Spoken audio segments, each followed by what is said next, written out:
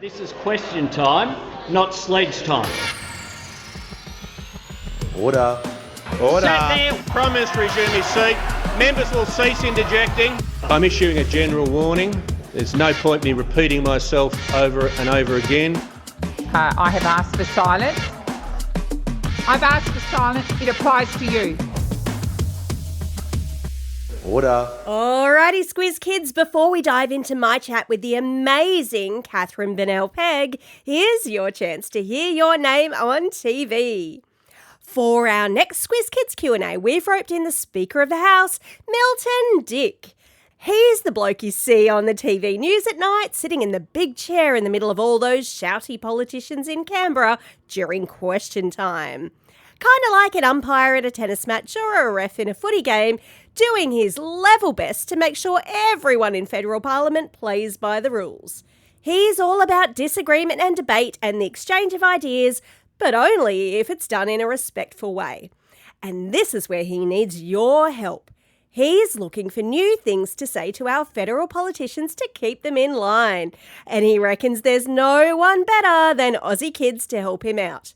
Send in your suggestions of what Milton should say to our politicians when things get heated in the House of Reps. He's going to choose the best ones and read them out in an upcoming session of federal parliament and read out your name too.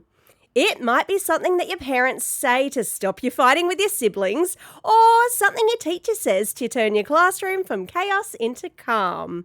Send in your suggestions via email to squizkids@thesquiz.com.au.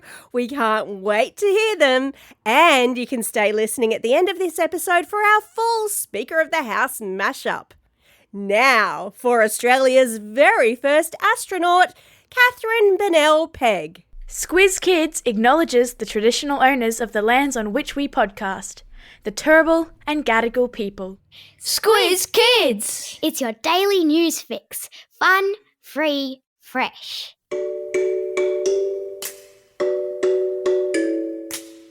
Hello and welcome to this very special Squiz Kids Spotlight, the podcast where we throw the spotlight on someone cool and have a chat with them. And today's spotlight is being shone on Australia's first astronaut. Whoa! Her name is Katherine Bennell-Pegg, and having recently completed all her astronaut training, she will soon be the first astronaut to go into space waving the Aussie flag. How cool is that? Wow! Katherine grew up on Sydney's northern beaches and studied engineering and physics at uni before heading overseas to work with space agencies like NASA and the European Space Agency. And in 2022, she put her name in the hat for astronaut training with the European Space Agency alongside more than 22,000 other people and made it all the way to the final shortlist. In 2023, she began 13 months of astronaut training in Germany, learning everything from how to survive in the ocean to how to stitch up a cut and even how to float around in zero gravity. She graduated last year, making history as the first person to ever complete astronaut training under the Australian flag. And now she's back home working as Director of Space Technology at the Australian Space Agency and inspiring the next generation of Aussie space explorers. And she'll be in Sydney on October 3 for the International Astronautical Congress, the IAC 2025 Space Day, powered by Lego Play. That's a free, family-friendly space festival at Darling Harbour designed to spark kids' curiosity about space and STEM, one brick at a time. Katherine, welcome to Squiz Kids. Thanks, Christie. Thanks for having me on. I'm excited to talk to you and everyone listening. Oh, we're so excited to have you here. We have so many Squiz Kids who are interested in space and technology. Should we jump straight in? Yeah, let's go.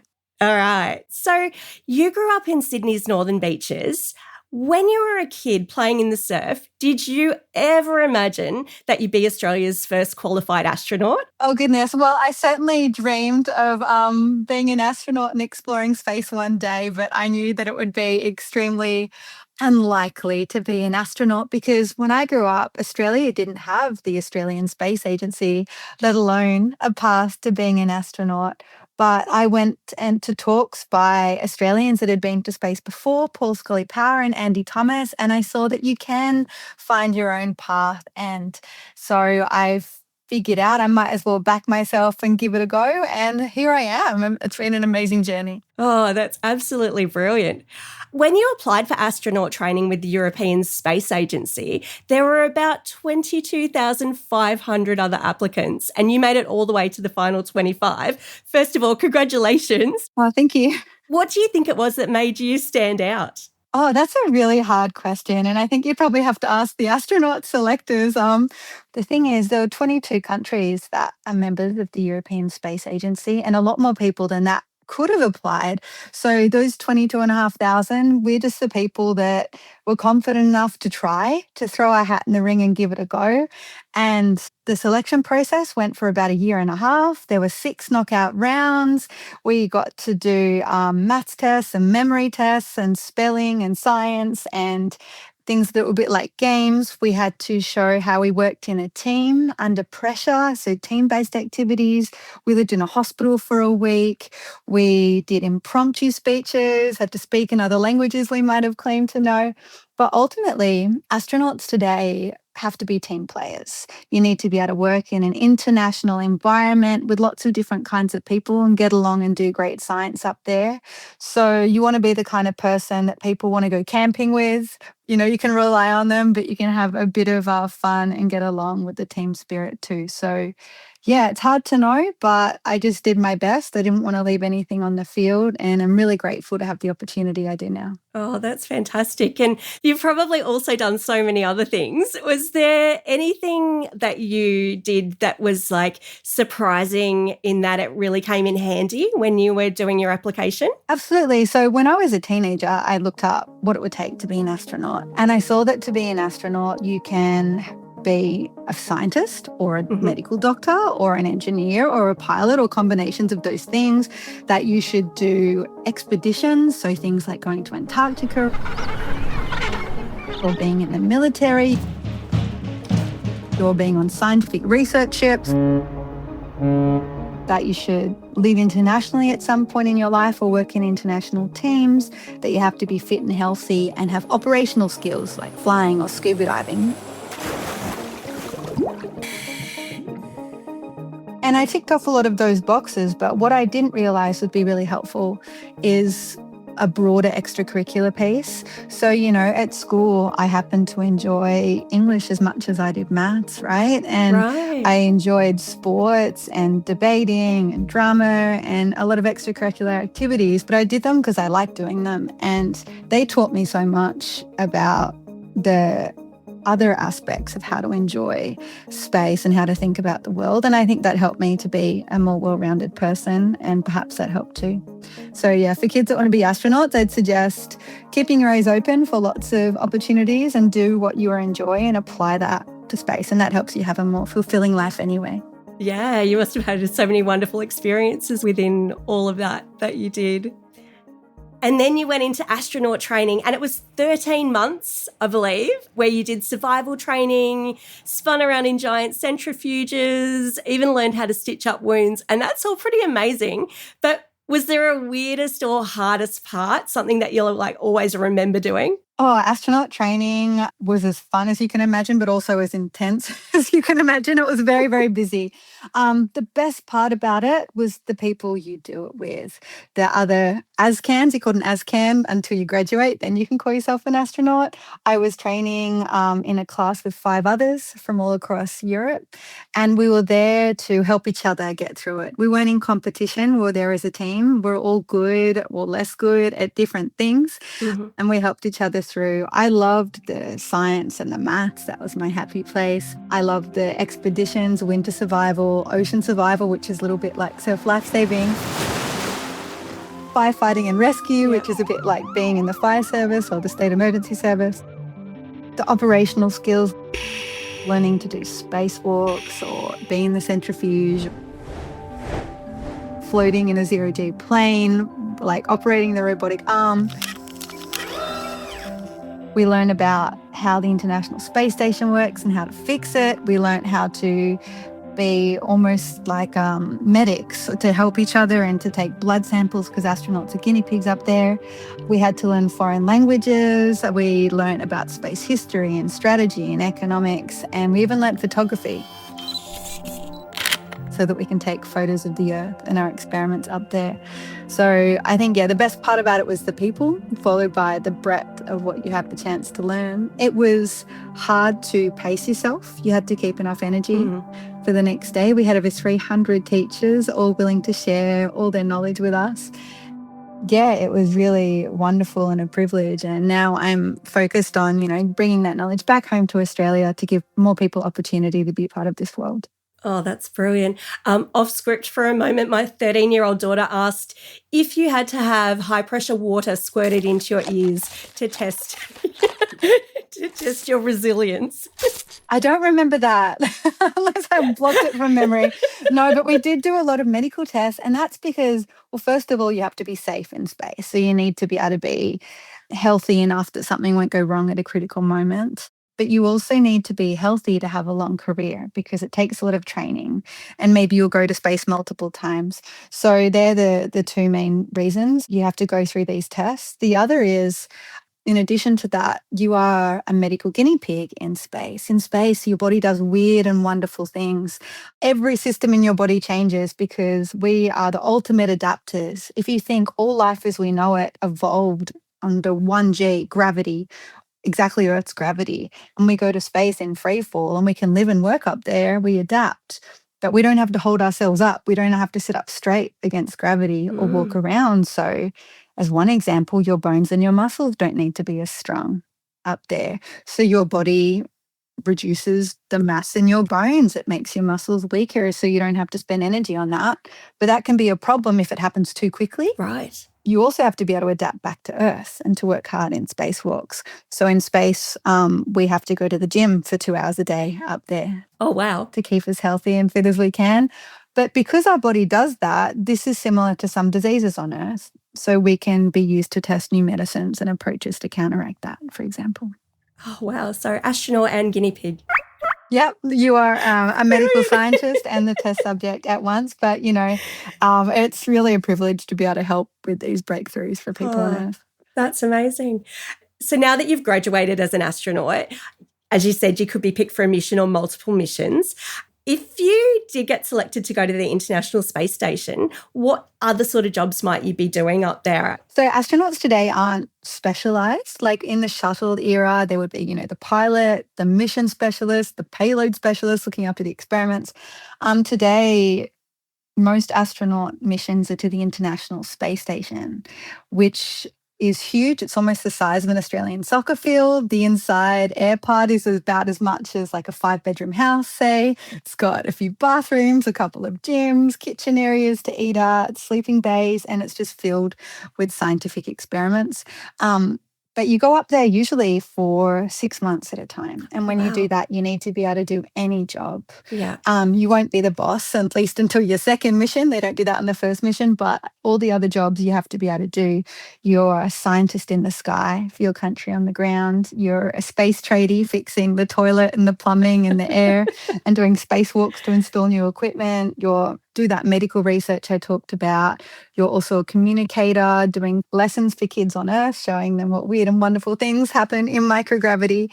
And so cool. Yeah, it's amazing. So you need to be able to do lots of different things, which is why the training is so broad. Oh, wow. And we know that education and play both help to spark curiosity in kids. You once worked at NASA's Research Centre on a low-cost spacecraft. Do you think kids that love Lego and Minecraft and robotics are already training themselves for space jobs? Absolutely. Yeah, that time at NASA was great. I was an intern a long time ago, and it was a really formative experience. I made some lifelong friends there.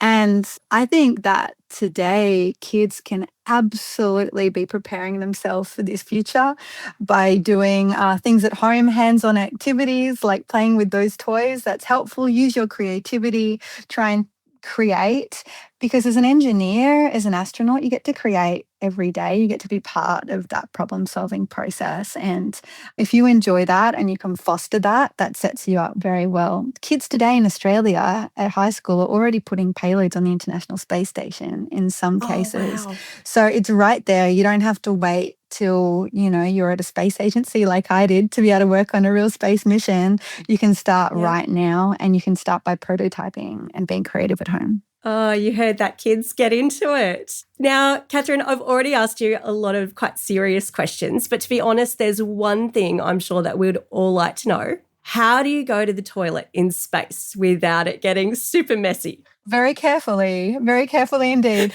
I've done the toilet lesson, so I'm glad I can explain it. Basically, in space, you want to recycle as much as you can, so you don't have to bring things up in a rocket. So when you do a number 1 in space, it's recycled. So yesterday's glass of water that you drink becomes tomorrow's glass of water that you drink. Which sounds a little bit gross, but, if you drink a glass of water on Earth, I'm told that some of that water probably once was dinosaur pee a long time ago, and the Earth has recycled it just on a longer time scale. Incredible. So in space, you basically have a funnel for that in the toilet. The toilet's about the size of like a portaloo, if you've ever used a portaloo. And when you start using it early in your missions, until you're used to it, most astronauts take all their clothes off to avoid a mess, so they can avoid floating back with everyone watching them covered in a mess. But you get used to it quite quickly. And for number 2s, there's no seat, right? You don't need to sit down in 0G. You're floating. Wow. You can strap your legs down if you want, but that is not recycled. So there's a little bag for each use, just sort of like a nappy bin.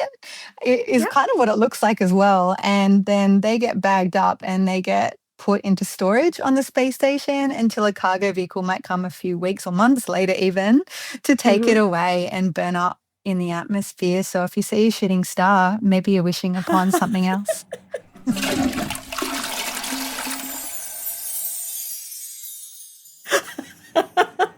That's an awesome thought. Thank you for that. Even though when you go up in space, you'll be looking down on all of us, I imagine you'll probably miss home quite a bit when you're up there, especially if it's for 6 months. So if you got the chance, what special thing from home would you like to take with you? Oh, that's such a good question. I haven't decided on anything in particular. I think for me personally, something from my kids would be great to take to space and then to bring back for them as well. Of course, I'd love to take something that, represents the deep Australian First Nations connection to sky country and the stars. I think that would be really wonderful. I'm told that there's already been a boomerang in space, which has got to have absolutely beaten the world record for distance, lapped around the planet before being returned.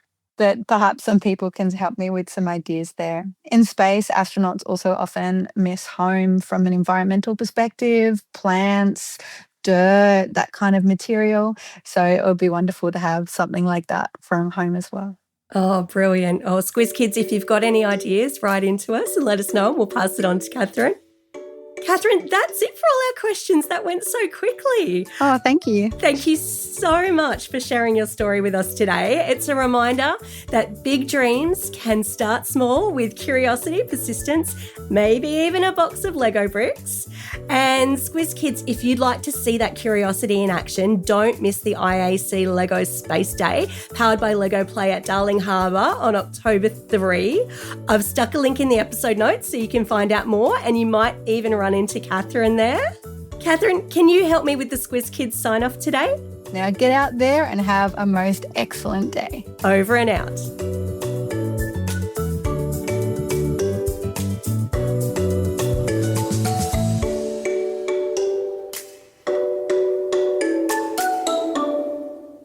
He doesn't know what he really thinks.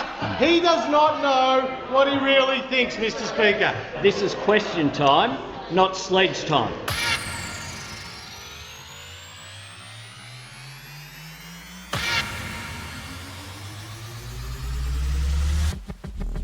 Order. Order. Sit down. Prime Minister resume his seat. Members will cease interjecting. And you don't need to be terribly experienced to know that this is a very bad time to interject. Order. Order. Just The member will resume his seat and leave under 94A. Can't see who's yelling for your back. I'm issuing a general warning. If members want to continue interjecting, I'll eject them. There's no point in me repeating myself over and over again. I have asked for silence.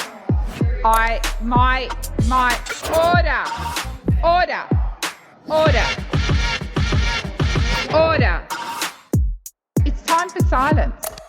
I'm not quite sure what whoever found that so funny laughed out loud then, but Ensure that the protection of the committee outweighs any other Members on considerations. my left will cease Now, Mr. interjecting. Speaker, Order.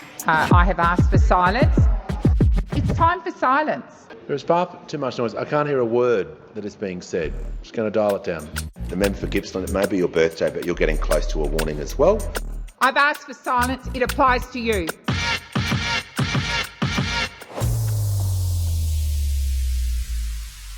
Order.